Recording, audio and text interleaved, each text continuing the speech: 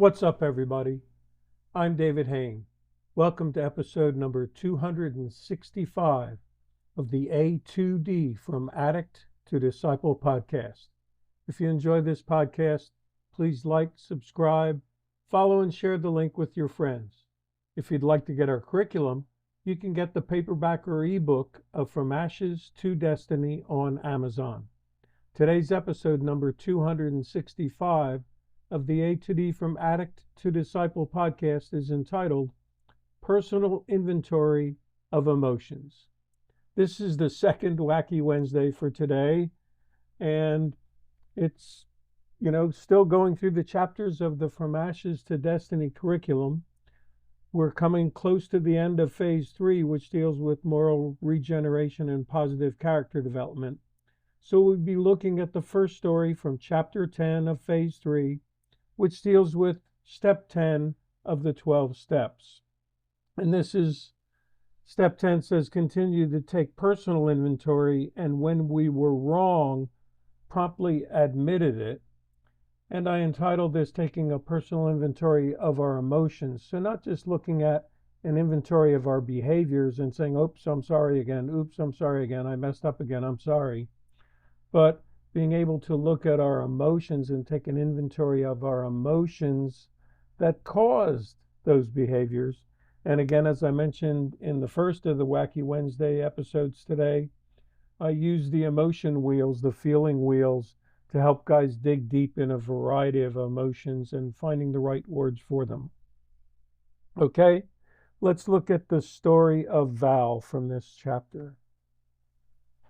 I met Val one day in the detox at JFK Hospital in Northeast Philly. He had not become addicted to heroin as a progression from Percocet or OxyContin, like many of the other patients at JFK. I love my son, and I couldn't stand to lose him when my wife and I divorced, Val said. Heroin takes away the pain in my heart.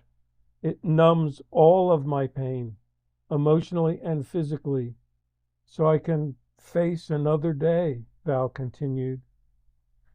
When Val finished his 5 days in detox, he never went to rehab, but went back on the streets. He picked up his next bag of heroin within an hour of leaving the hospital. I'm sorry, Pastor Dave, Val said when I saw him that afternoon. I just couldn't do it. I was too scared of not being able to make it in rehab. I left AMA, against medical advice, too many times before. Val agreed to meet with me every day, and a deep friendship grew between us. I would run to catch up to him if I saw his familiar Army field jacket walking down the sidewalk ahead of me. One day Val asked, "How would you like a house?" We drove up to Val's mom's house in the Frankfurt section of Philly. She said she would sign over the deed to me, and I'd love to have you use it to bring God's glory, Val said. Val had spent almost 10 years in a vineyard church before his divorce. Several addicts who were crashing in Val's house said, "You can't give away the house. Where will we go?" Well, we agreed to talk after I returned from a 2-week mission trip to London. When I got back, I didn't see that old familiar Army field jacket on Kensington Avenue. I saw a woman who was good friends with Val and asked, "Where's Val? I haven't seen him since I got back in town." Her head dropped and a flood of pain crossed her face as she fell into my arms and said, "Val OD'd 2 days after you left for London. He's dead. I'm so sorry, Pastor Dave." Sure.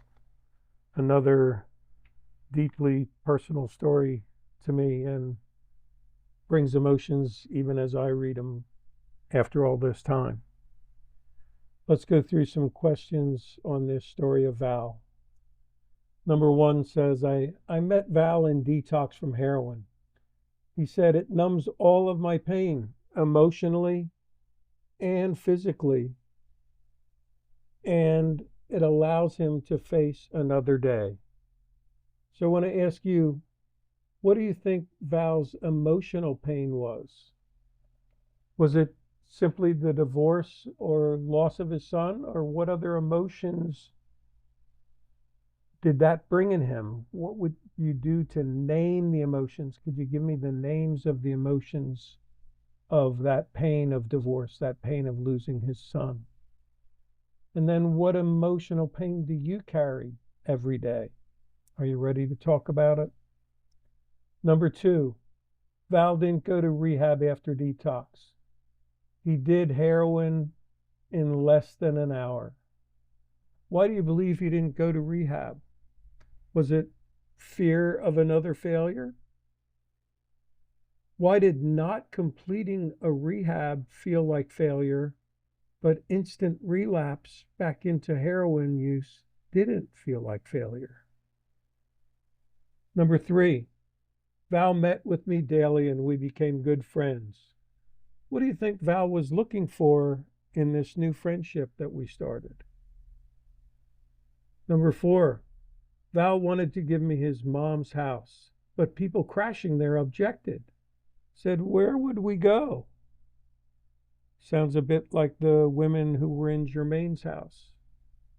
How would you describe Val's dilemma in his desire to give me the house, but also his friendship with the people who were crashing there and using heroin?